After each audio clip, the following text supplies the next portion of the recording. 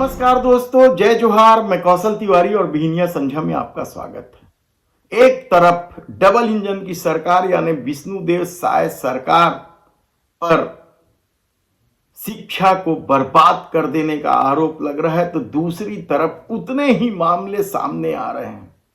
आपको याद होगा, हमने विस्तार से बताया था कि किस तरीके से छात्राएं जब शिक्षा अधिकारी के पास मिलने पहुंचे थे तो उन्हें धमका दिया गया था।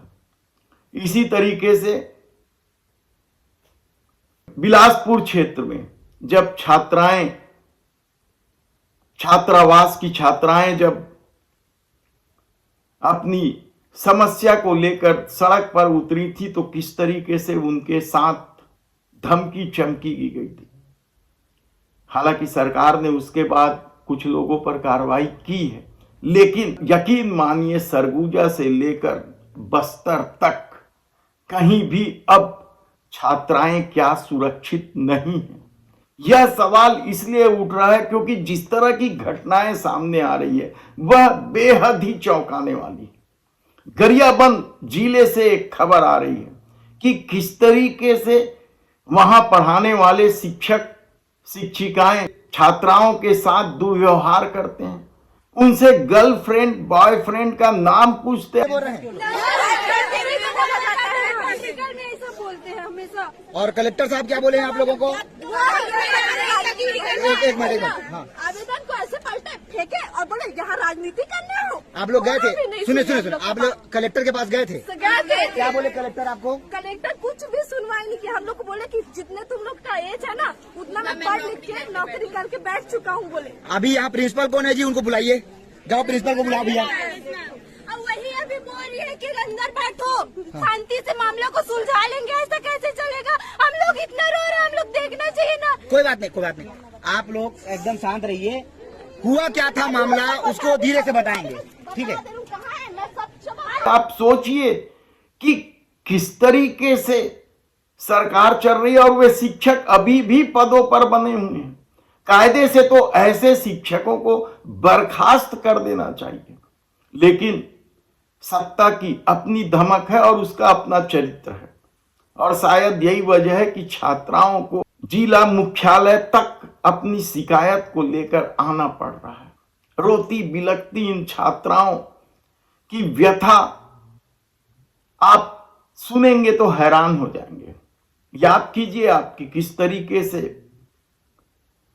शिक्षा अधिकारी से मिलने वाले छात्राओं के साथ जिला शिक्षा अधिकारी ने दुर्व्यवहार किया था तो छात्राएं रो पड़ी थी। लेकिन मामला सिर्फ गरियाबंद का नहीं है, बीजापुर में भी तो इसी तरह की स्थिति है। वहां के धनोरा छात्रावास में, आश्रम में जिस तरीके से विषाक्त भोजन खिला दिया गया, यानी सब देख रहे हैं कि छिपकली गिरी है भोजन में, भोजन खराब हो चुका है, खाने योग्य नहीं है, उसके बाद भी बच्चों को परोस दिया जाता है।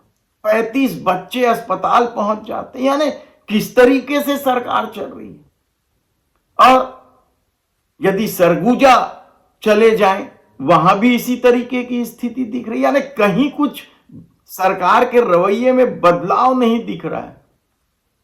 तब ऐसी परिस्थिति में जो खबरें आ रही है, क्या वह सरकार की संवेदनहीनता को प्रदर्शित नहीं करता है? एक तरफ सरकार पीठ थपथपा रही है, एक साल बेमिसाल, लेकिन यदि आप स्कूली शिक्षा के ही मामले को देख लें तो आप हैरान हो जाएंगे। बीएड अभ्यर्थियों की नियुक्ति का मामला हो या फिर आत्मानंद स्कूल की बदहाली का मामला हो या शिक्षकों की कमी का मामला हो, एकल शिक्षक का मामला हो, और एक नया फैसला कैबिनेट ले लेती है कि 5वीं 8वीं बोर्ड परीक्षा होगी। हालांकि पास फेल के झंझट से अपने को सरकार ने बचा ली है, लेकिन सवाल तो फिर भी उठ रहे हैं। यदि बोर्ड परीक्षा है तो फिर बोर्ड परीक्षा की तरह क्यों नहीं ली जा रही, या फिर बोर्ड परीक्षा आयोजित करने की नौटंकी क्यों की जाती है? ऐसे कई सवाल हैं। हमारी टीम लगी हुई है कि किस तरीके से बदहाली की कगार पर शिक्षा व्यवस्था पहुंचने लगी है और आत्मानंद स्कूल जो निजी स्कूलों से बेहतर स्कूल मानी जा रही थी, कई जगह पालकों ने निजी स्कूलों से निकालकर अपने बच्चों को आत्मानंद स्कूल में भर्ती कराया था। लेकिन सत्ता बदलते ही जिस तरीके की खबरें आ रही हैं, वह क्या सत्ता की बेरुखी या बदले की कार्रवाई की तरफ इशारा नहीं करती?